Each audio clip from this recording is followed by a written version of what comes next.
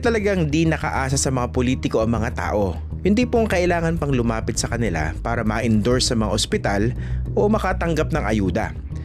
Dapat kasi, diretso na sa tao yung tulong o yung tinatawag na social services ng gobyerno. Now speaking of ayuda, kumusta naman yung AKAP at bakit nakapapil doon sila congressman? Ay, ano yung difference yan kung dun sa ano? Kasi isa sa mga problema natin, alam nyo ito, no? Patronage politics. Kung saan yung loyalty napupunta rin sa politiko, kanina sinasabi nyo, hindi dapat mamalimos, di ba? Actually, yan po ang sinasabi ko, no? Hindi lang po dito sa iyo, no? Para sa akin, itong MAIP, itong AKAP, itong AIX, dapat ito direkta sa institution. Hindi po kailangan dumaan sa politiko. Bakit kailangan idaan sa politiko? Kasi kailangan na lang gamitin. Tayo po ay hindi sang-ayon doon. Yeah. Ako po, sinasabi ko, harapan, itong mga ganito, dapat po ito direkta na sa ospital. Medical assistance to indigent patient, ilagay na sa ospital, ilagay sa DOH, i-distribute sa ospital.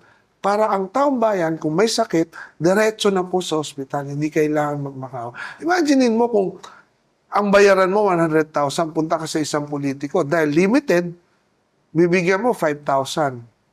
Ilang politiko ang kailangan mong ikutin? At yung ilang utang na loob yung itatanim. Hindi lang yon. May sakit, ang mahal mo sa buhay, hindi ka nakapasok sa trabaho, kailangan mo pang umikot.